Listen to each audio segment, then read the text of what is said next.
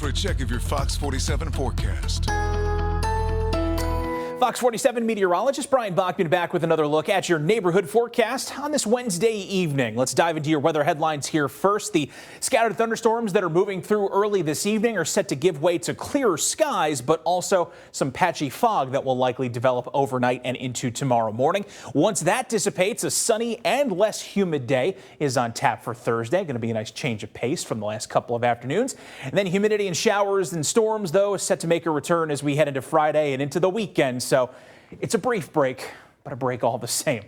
Speaking of storms, let's move back over to Doppler radar here tonight. The largest cluster of storms that we have in our neighborhoods moving just south of you in Marshall right now, but a broad area there across central Calhoun County, producing some heavy downpours, gusty winds, occasional lightning. Storms don't appear to be making much progress into Jackson County beyond some elevated light rain here, so you may more or less be in the clear in Jackson, but still stay on your guard for now. Other new cells beginning to bubble up near Hillsdale, moving into that area, as well as another downpour sitting right over you in Hudson. All of these tending to track off toward the southeast.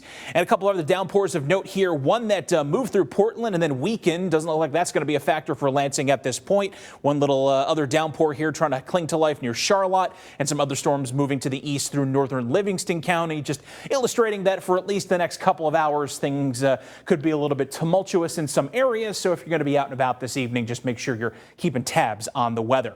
Area of low pressure, a cold frontal boundary, and a warm front sitting just over the far southern part of the state here tonight, giving rise to this instability and those scattered showers and storms.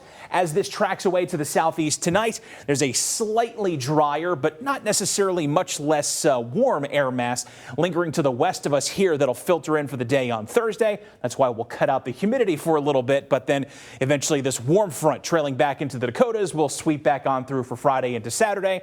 That'll crank the temps back up. It'll add humidity back into the equation and thus make storms more likely as we head into the early part of the weekend. But as far as the humidity forecast overall, let's enjoy the next 24 hours or so here as we get a nice dip in the dew points back to the 50s and 60s, putting us back briefly into pleasant territory before it gets more humid, if not outright oppressive, with those dew points climbing back to about the 70s by Friday into Saturday.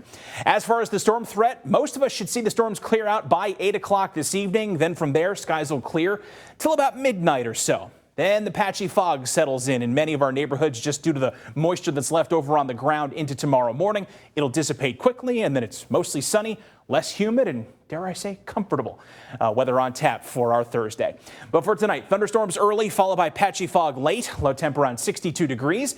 And in your 7-day forecast, pretty nice overall for tomorrow. Mostly sunny, low humidity, 82.